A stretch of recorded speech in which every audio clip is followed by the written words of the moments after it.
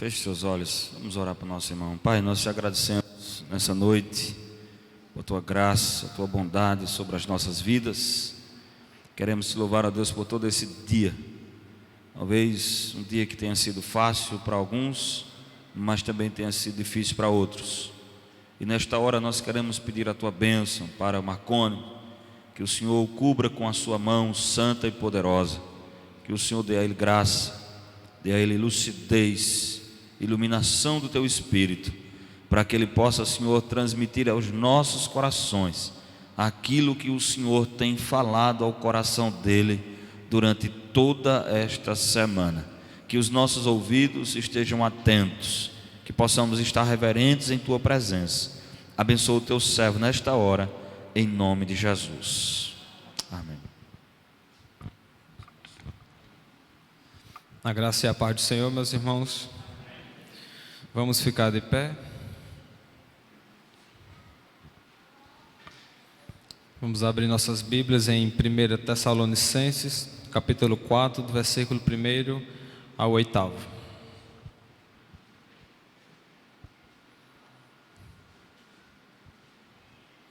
Esperar que os irmãos encontrem.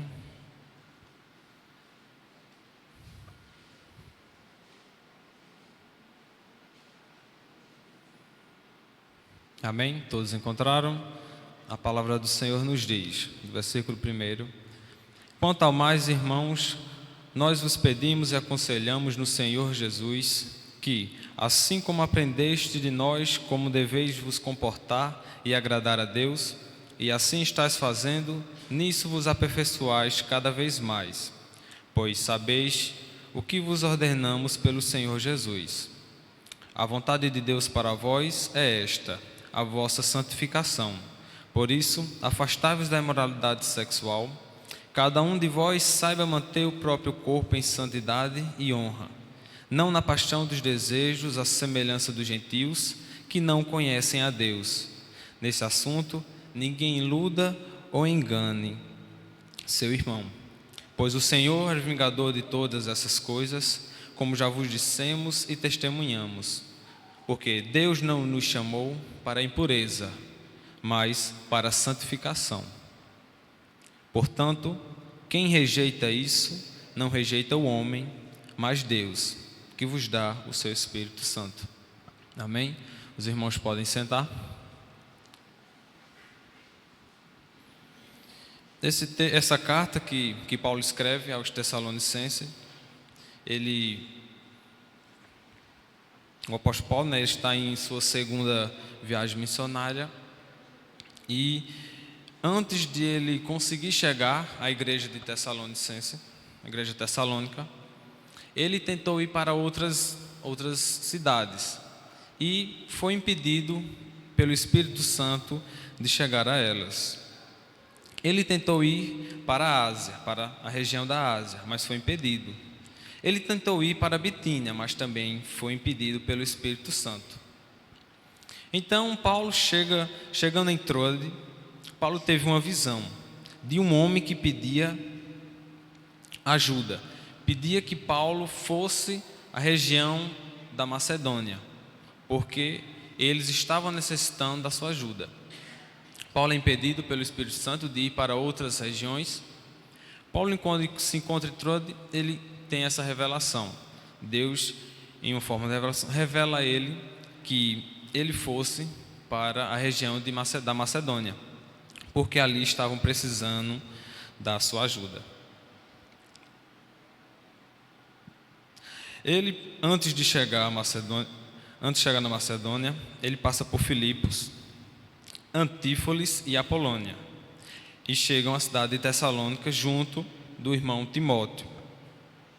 Lá na cidade de Tessalônica havia uma sinagoga dos judeus.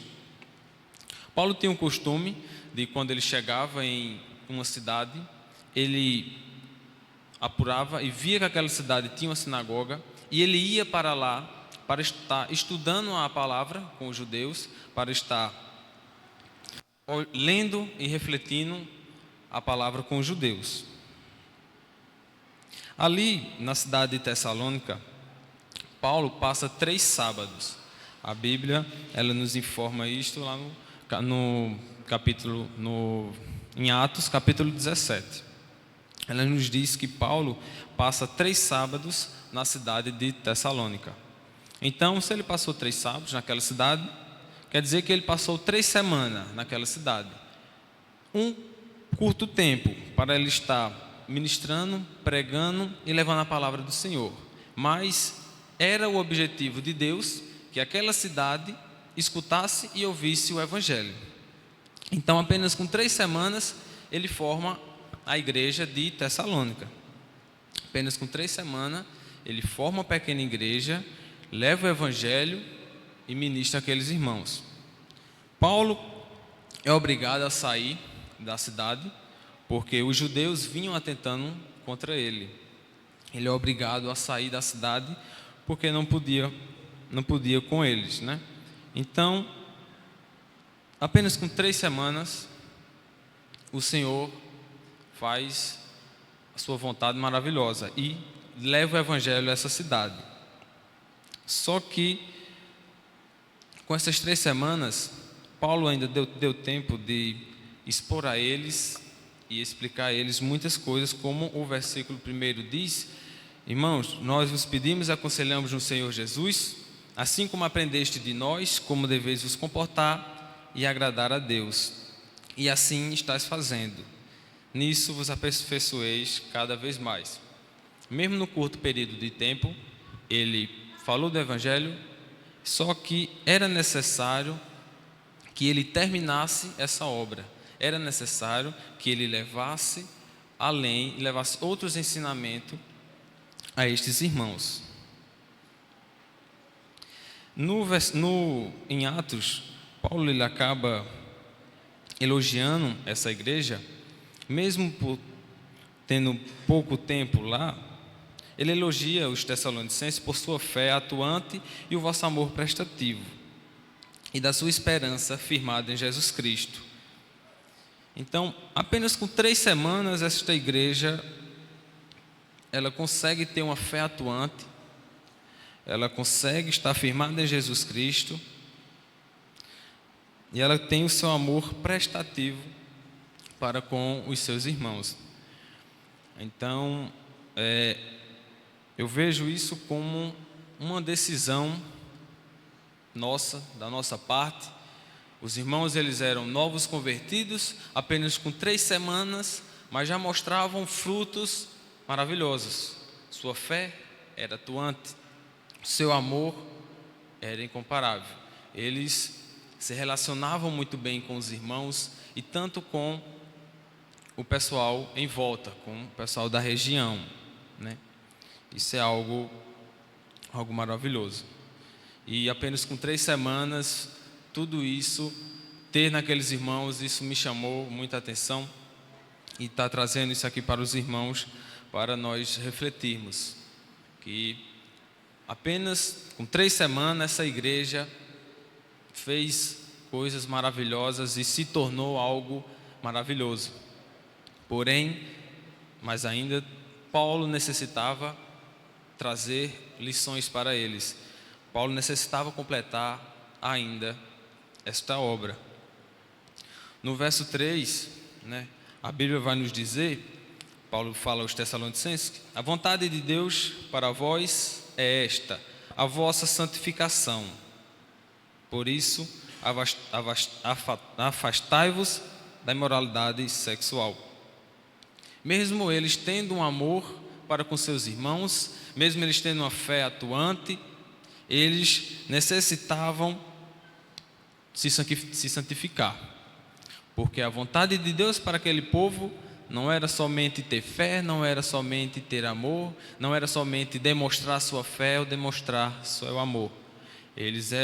Era necessário a santificação. Era necessário ter a santificação, né? A santificação, o que é a santificação?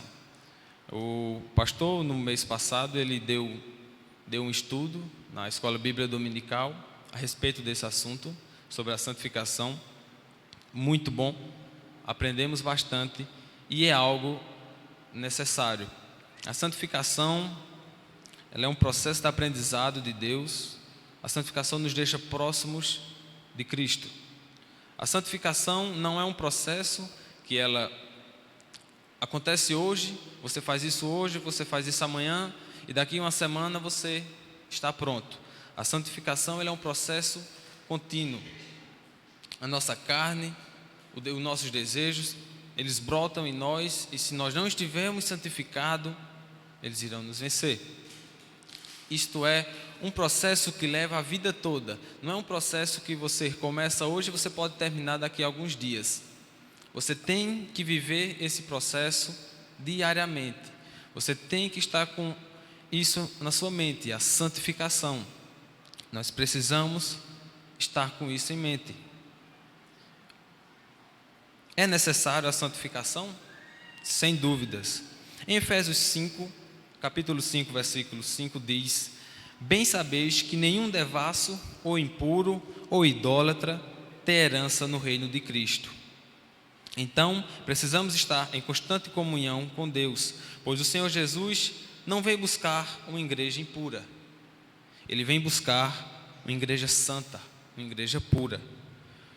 O Senhor Jesus, com seu amor maravilhoso, se entregou em uma cruz, foi morto, sepultado, recebeu toda a ira de Deus nele, e tudo isso para nos dar a chance da vida eterna, de estar com Ele, de nos parecer com Ele. O Senhor Jesus não fez um sacrifício em vão. O Senhor Jesus não fez um sacrifício para que nós continuemos na vida que vivíamos. Porque Deus iria se entregar em uma cruz e iria sofrer tudo aquilo por você, para você continuar da mesma forma que você era antes de aceitar Jesus, de se converter ao Evangelho, de querer aprender mais dele, de reconhecer que Ele é o Senhor e Salvador da sua vida. Porque Deus iria passar por tanto sofrimento para nos deixar igual ao que nós éramos? Por quê? Não existe uma lógica para isso. Ele nos quer santo, Ele nos quer puro, e Ele vai vir buscar uma igreja santa e uma igreja pura. Em Efésios capítulo 4, versículo 11, ele vai falar a respeito dos pastores, e ele diz: e ele designou uns como apóstolos, outros como profetas, outros como evangelistas, e ainda outros como pastores e mestres, tendo em vista o aperfeiçoamento dos santos para a obra do ministério e para a edificação do corpo de Cristo. Então, o Senhor Jesus, usando Paulo, e ele designa uns como apóstolos, outros como profetas, outros como evangelistas e ainda outros como pastores e mestres. Agora, por que ele designou uns para pastores, outros para mestres, evangelistas e apóstolos? Porque ele tinha em vista o aperfeiçoamento dos santos para a obra do ministério e para a edificação do corpo de Cristo. Sabemos que Cristo é a cabeça, né? Nós somos o corpo e fazemos parte de Cristo. Fazemos parte do corpo de Cristo. Esse corpo, ele está em uma edificação, ele está sendo edificado. O corpo de Cristo está sendo formado. Os membros de Cristo estão sendo reunidos.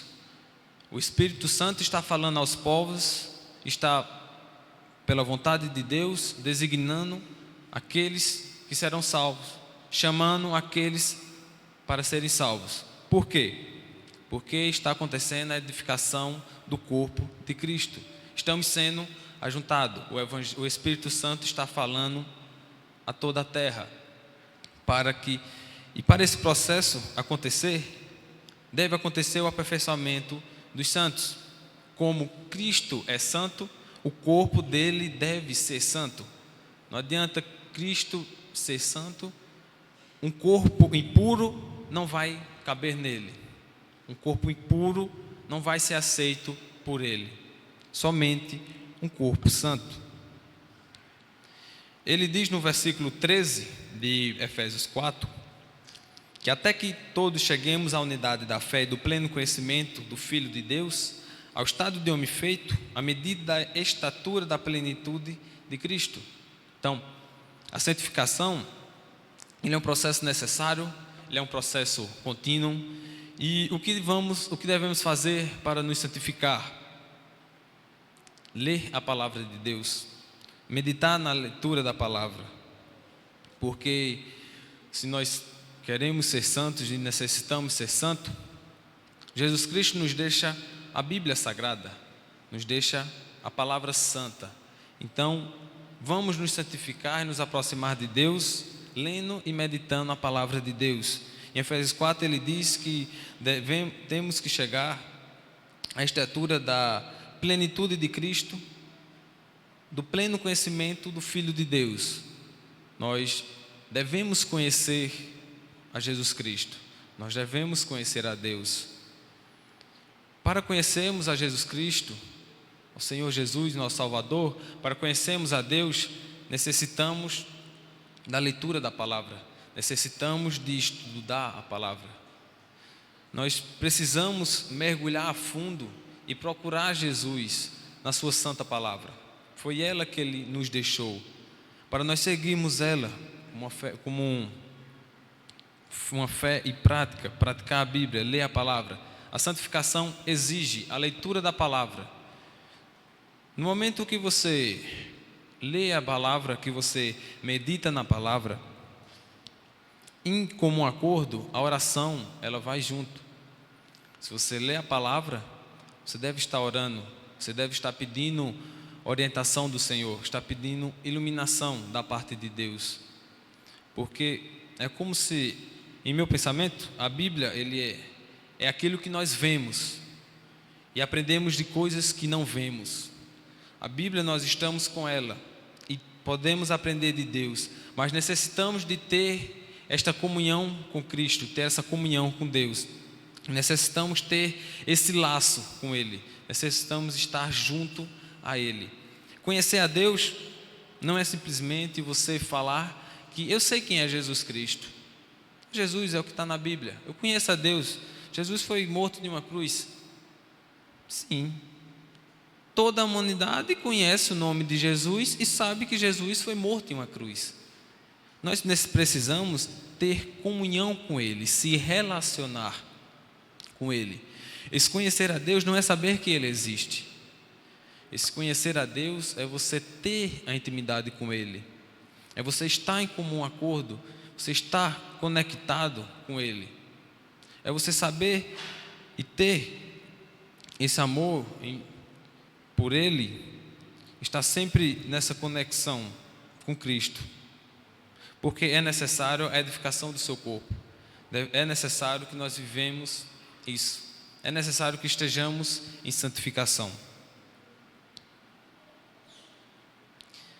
Então, necessitamos e precisamos conhecer a Deus.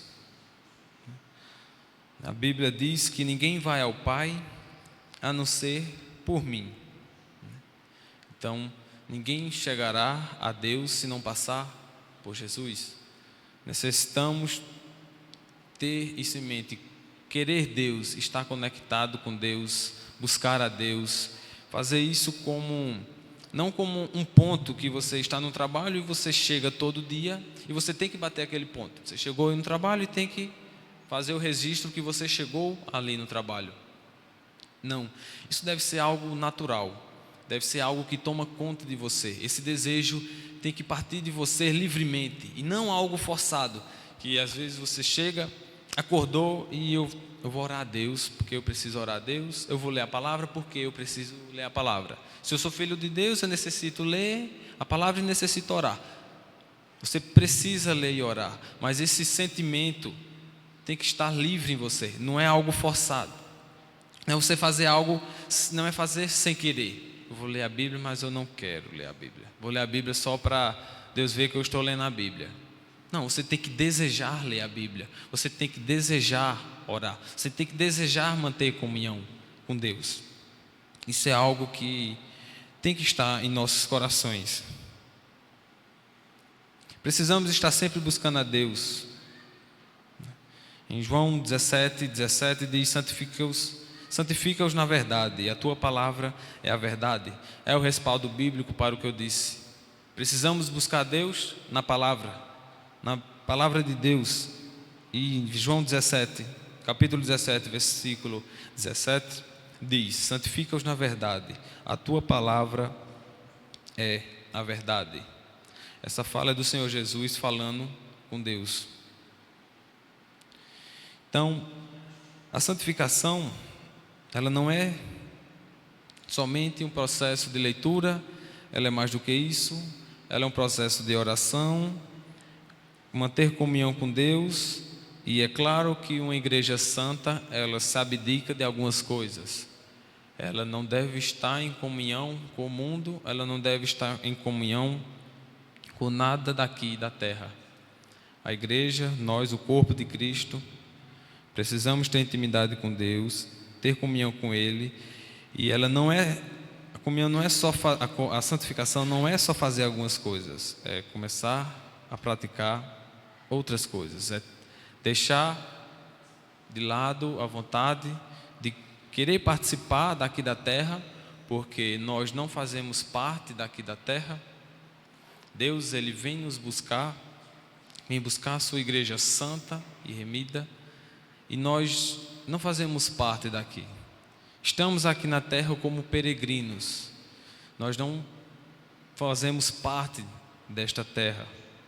A Bíblia nos diz que quando Paulo escreve as cartas às igrejas, ele diz: e eis que eu escrevo esta carta à igreja que está em Éfeso. Ou seja, não é a igreja que é daí de Éfeso, ela está em Éfeso, porque a igreja, ela é de Cristo, a igreja, ela é de Deus. Não fazemos parte, não estamos aqui, estamos como peregrinos neste planeta, estamos como peregrinos aqui na terra, mas devemos viver em conexão com o alto, em conexão com Jesus, porque nós não fazemos parte daqui, nós não fazemos parte.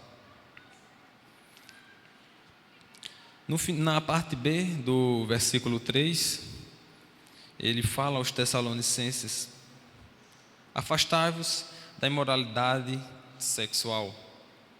A imoralidade sexual é algo que aqui no Brasil está sendo devastadamente tomando de conta do Brasil, onde vemos que nos últimos anos as roupas diminuíram. Nos últimos anos nós víamos muitas calças e muitas saias, agora são só shortinhos. No decorrer dos anos, essa imoralidade sexual esteve aumentando, e aumentou e muito. Antes existia um respeito maior. Antes sempre existiu a imoralidade sexual, mas aqui no Brasil está de uma forma devastadora.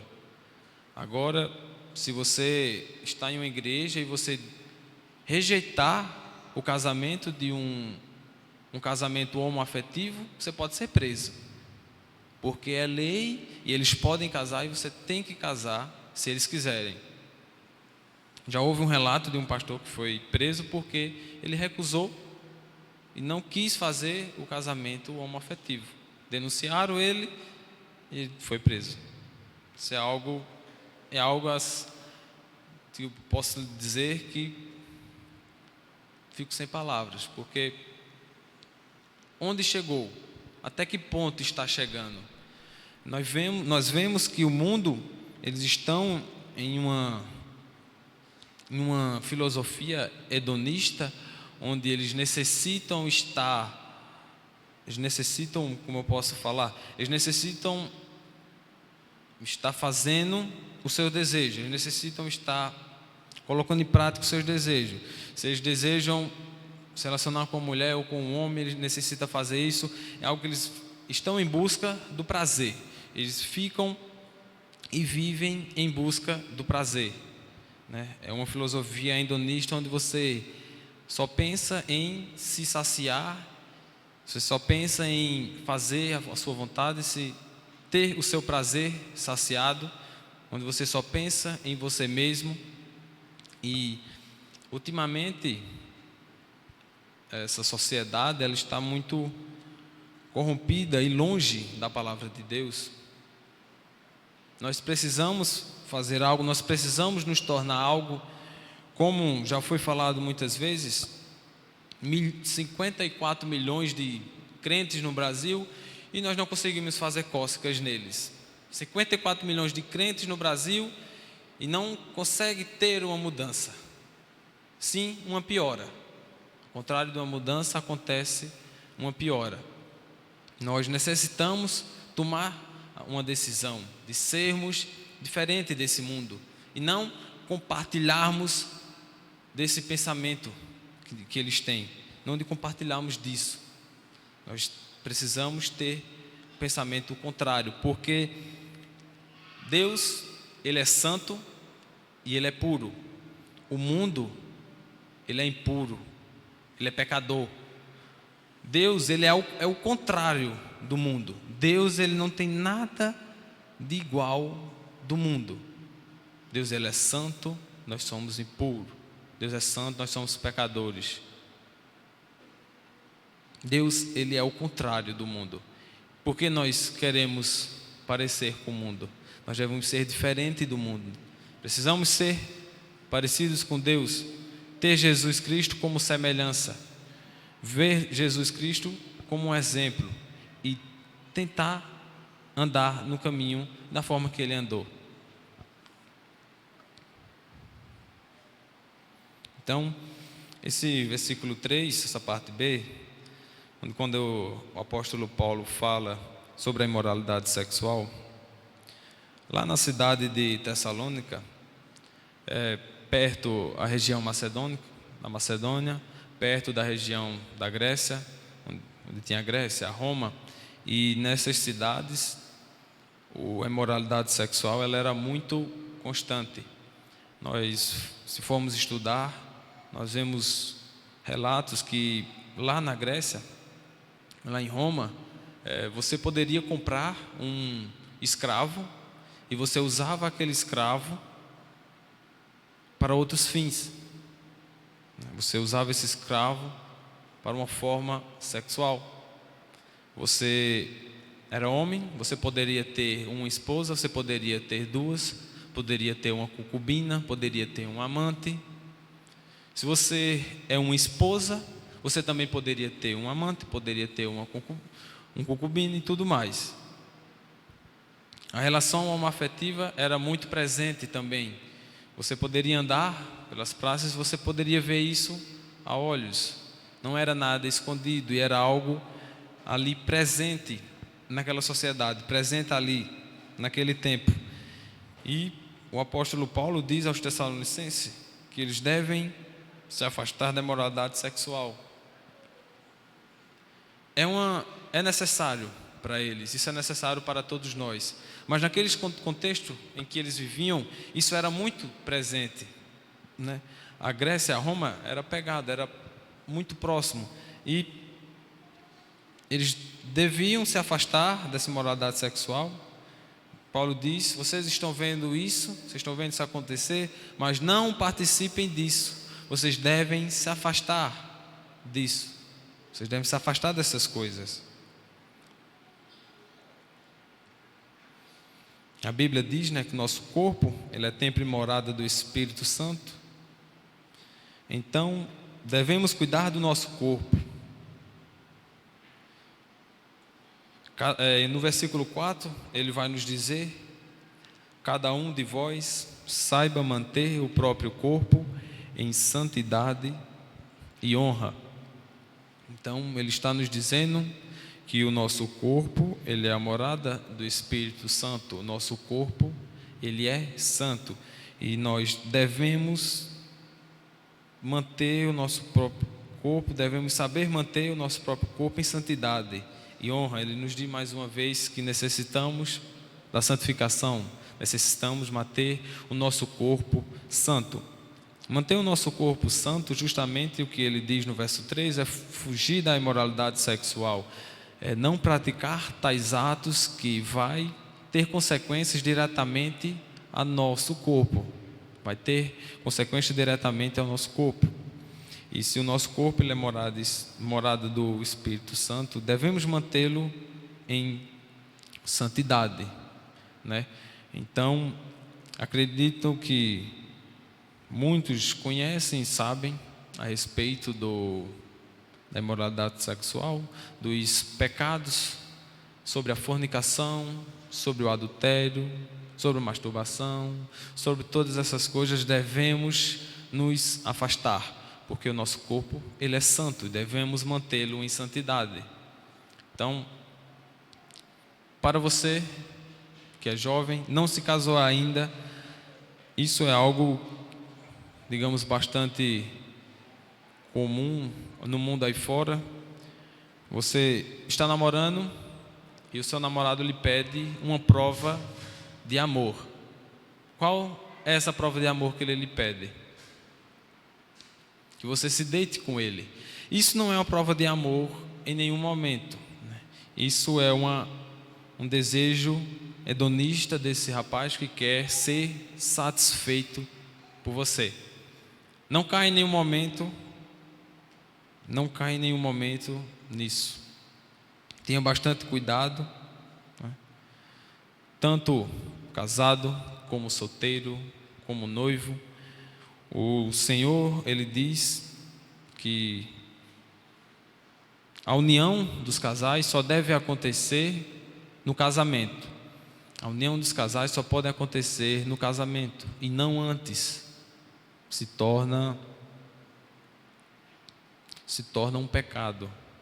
Você não se pode se unir antes do casamento. Tenha cuidado, vocês que estão, os que estão solteiros, tenham cuidado, tenham isso em mente, que não se pode acontecer. No verso 5, ele vai dizer que não andemos na paixão dos desejos, a semelhança dos gentios, que fazem a vontade da carne, que não conhecem a Deus. Então, ele está dizendo: não andemos na paixão dos desejos da carne, como gentios, que não conhecem a Deus. Paulo está dizendo: vós conheceis a Deus. Os gentios, eles fazem a vontade da carne, porque não conhecem a Deus, eles não têm comunhão com Deus. Então a carne vai falar mais alto para eles. Mas nós temos a Deus, nós temos a comunhão com Deus. Então não devemos andar nos desejos da carne. Temos bastante cuidado nos desejos que vêm ao nosso coração, que vêm à nossa carne.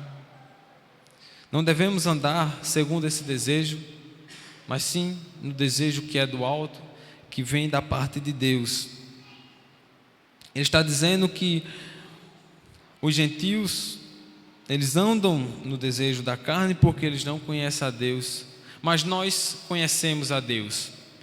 Mas nós conhecemos a Deus e fazemos a vontade da carne. Então você nunca conheceu a Deus verdadeiramente. Você nunca experimentou a Deus verdadeiramente. Deus, Ele é santo, então nós devemos ser santos. Deus, Ele não suporta isso.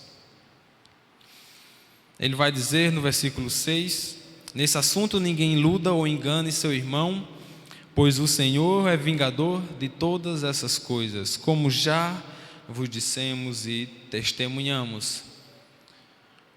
A igreja do Senhor, ela faz parte do corpo de Cristo. Quando cometemos um pecado que fere a nossa carne, quando fazemos a vontade da carne, nós não estamos só ferindo a nós mesmos, nós estamos em parte ferindo a Jesus Cristo. A igreja é o corpo de Cristo. Se nós cometemos um pecado, ferimos a nossa carne, estamos diretamente, querendo ou não, ferindo a Jesus Cristo. E ele diz que o Senhor é vingador de todas essas coisas. Você está ferindo a si mesmo, e está ferindo a Jesus Cristo. Nós somos o corpo de Cristo, nós somos o corpo santo e fazemos parte dele. Então, se nós ferimos a nós mesmos, cometendo tais pecados, se entregando à vontade da carne, se deleitando no pecado, não estamos só ferindo a nós mesmos, mas estamos ferindo a Cristo. E o Senhor, Ele é vingador de todas essas coisas. Deus, o Senhor Jesus, tem um amor infinito, porém também existe uma justiça infinita. Ele é amor, mas Ele também é justiça. Pode ser que Ele aguente ou segure os desejos a tal ponto, e chegará um dia em que Ele não aguentará mais e Ele irá exercer a sua justiça. Não irá acarretar na nossa quebra com o céu, mas poderá nos ter sérias consequências. Então, devemos andar sempre em santidade e vamos ter o Espírito Santo, porque nós temos o Espírito Santo em nossa vida. Então, mantenha comunhão com Deus. No verso 7, ele vai dizer: porque Deus não nos chamou para impureza, mas para santificação. Mas ele está nos dizendo que Deus não nos chamou para impureza, mas para a santificação. Como eu falei no começo da mensagem, Deus, Ele nos quer santo. Ele nos chamou para a santificação, Ele nos chamou para a leitura da palavra, Ele nos chamou para a oração a Ele, Ele nos chamou para termos comunhão com Ele, não para andarmos na impureza.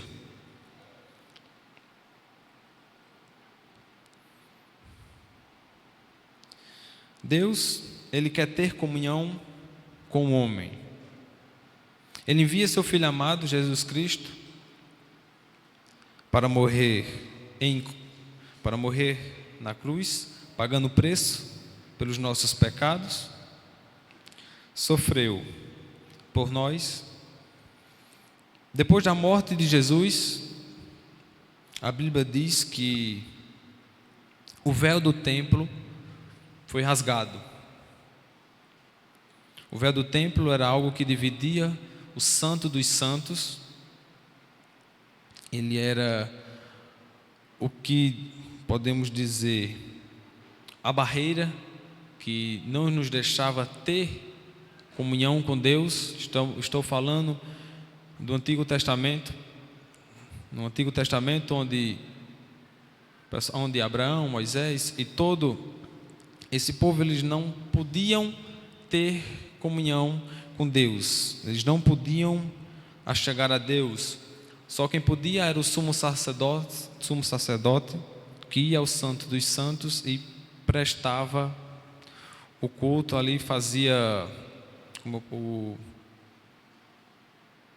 me fugiu na mente agora, onde ele prestava um culto a Deus e fazia os sacrifícios a Deus, mas só ele podia ter essa comunhão. E a Bíblia nos diz que depois da morte de Jesus, o véu do templo foi rasgado. Esse véu, meus irmãos, ele era vários tecidos enorme. Ele tinha segundo o estudo do pastor Paulo Júnior, onde eu escutei, ele diz que esse véu tinha 36 centímetros de espessura, 18 metros de altura e 36 metros de comprimento. Pesava em torno 2 toneladas. 2 carroças de boi não podia rasgá-lo. Ou seja, ele era algo intransponível. Mas quando Jesus morre, como uma seda, esse véu, ele se rasga. Como uma seda, ele ao meio se rasga. Deus, ele está nos dizendo que eu quero ter comunhão com vocês, né? Eu quero voltar a ter comunhão com vocês como eu tinha antigamente no Jardim do Éden, como eu tinha antigamente com Adão e Eva, essa comunhão onde Deus face a face falava com ele, face a face falava com o homem. Então, esse véu, ele representava, um bloqueio, e ele é rasgado. Deus sempre quis restabelecer o seu desejo inicial, que é o desejo de ter comunhão com o homem, de estar junto com o homem. Então, quando Jesus morre, Deus diz: voltem a ter relações comigo, se aproximem de mim. Às vezes, no decorrer das nossas vidas, no decorrer da vida, nós passamos por provações, passamos por provas, por testes, nós sofremos. E às vezes, isso acontece porque Deus, Ele quer que você esteja perto dEle. Deus, Ele quer ter comunhão com você. Às vezes passamos por dificuldades na vida e não é porque simplesmente Deus quis fazer isso com você só por fazer. É porque Ele quer ter comunhão com você. Porque quando Ele aperta, Ele nos faz sofrer, nós vamos correndo à busca dEle. Nós vamos diretamente para o nosso quarto, ficar de joelho, nós vamos para a palavra. Então, às vezes, nós estamos passando por sofrimento, não é porque Deus quis que porque era a sua justiça e Ele queria fazer com que nós sofrêssemos à toa. Não, Ele faz isso para que nós venhamos a buscar a Ele, que nós venhamos estar junto dEle. Então, às vezes, passamos por dificuldades porque Deus, Ele quer que nós estejamos perto dEle. Ele aperta o laço. Ele nos aperta porque quando o ser humano começa a passar por dificuldade, o refúgio que ele encontra é a Deus. Estou passando por dificuldade, estou passando por provação. Senhor, o que é isso? Ele já vai para a oração. Meu Deus, o que é que está acontecendo? Por que isso está acontecendo comigo? Me livra, abençoa, me dá graça. Ou seja, nesse momento estamos tendo comunhão com Deus. Então, se algum dos irmãos, porventura, está passando por uma provação, por uma dificuldade, então venhamos a atentar. Talvez seja Deus dizendo para você que Ele quer que você se aproxime dEle novamente. Deus, Ele quer ter proximidade com o homem, Ele quer ter proximidade com a sua igreja. No versículo 8, Ele vai dizer que Deus vos dá o seu Espírito Santo.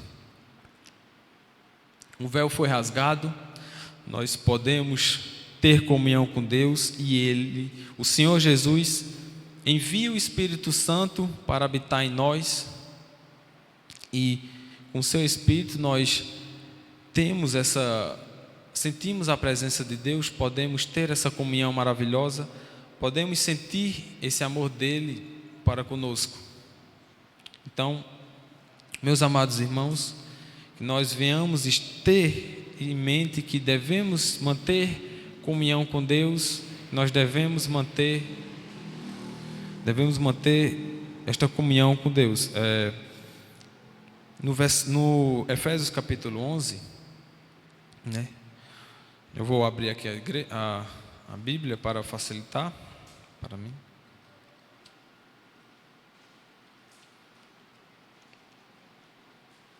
Ele vai dizer, designou uns como os apóstolos, outros como os profetas, como os pastores, para, tendo em vista o aperfeiçoamento dos santos para a obra do ministério e para a edificação do corpo de Cristo, até que todos cheguemos à unidade da fé e do pleno conhecimento do Filho de Deus, ao estado de homem feito, à medida da estatura da plenitude de Cristo. Então, Ele designou os pastores para que eles nos ajudem, para que o pastor nos ajude no aperfeiçoamento e no conhecimento de Deus. Então, veja que missão que um pastor recebe, que é levar o corpo de Cristo ao aperfeiçoamento e ao conhecimento de Deus. Então, essa vontade, essa vontade existe em um pastor. Ele quer levar a igreja para perto de Cristo. Só que para ele fazer com que nós tenhamos um conhecimento do Filho de Deus, é preciso que nós permitimos isso, né? É necessário que nós nos entreguemos a isso. O pastor, ele cuida das ovelhas, mas não dá para um pastor ir de casa em casa, levar a palavra de Deus e fazer um estudo com você, só com você, porque você não quis ir à igreja para adorar a Deus, para ter comunhão de Deus e para aprender a Deus. Então, para finalizar essa mensagem, que nós tenhamos em mente que Deus, Ele quer falar com sua igreja, Ele quer ministrar conhecimento à sua igreja, mas é necessário que a igreja queira isso também. É necessário que a igreja busque a casa de Deus, é necessário que a igreja busque a Deus no seu templo. Deus, Ele quer levar e dar o conhecimento dEle para você, para todos que fazem parte do corpo, mas você deve se permitir a isso. Então, que vocês tenham em mente que Deus quer falar com vocês e que Deus quer ensinar a vocês muitas coisas. Deus quer entregar o conhecimento dEle a vocês, mas que vocês devem se permitir a isso. Então, o Senhor pede aos irmãos, está acontecendo um culto, vá para a igreja adorar Ele, vá para a igreja buscar a Ele, vá manter essa comunhão, porque Deus, Ele quer falar com você. Mas se no momento você decide que você não quer, você está dizendo que você não quer a Deus, você está rejeitando a Ele. Em 1 Tessalonicenses, no versículo 8, ele diz: portanto, quem rejeita a isso, não rejeita o homem, mas Deus. Se você rejeitar a santificação, se você rejeitar a buscar a Deus, se você rejeitar ter comunhão com Deus, tenha em mente que você não está rejeitando o homem.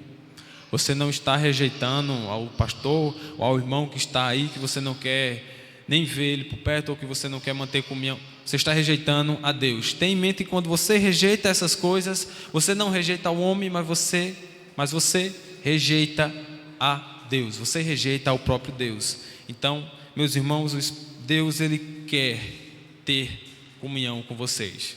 Deus, Ele quer ter comunhão conosco. Ele quer falar aos nossos corações. Então que nesta noite fique em nossos corações que nós não rejeitemos a Deus. Amém? Essa é a palavra que o Senhor colocou em meu coração e é a palavra que eu trouxe aos meus irmãos. Que os irmãos fiquem na paz do Senhor Jesus. Muito obrigado.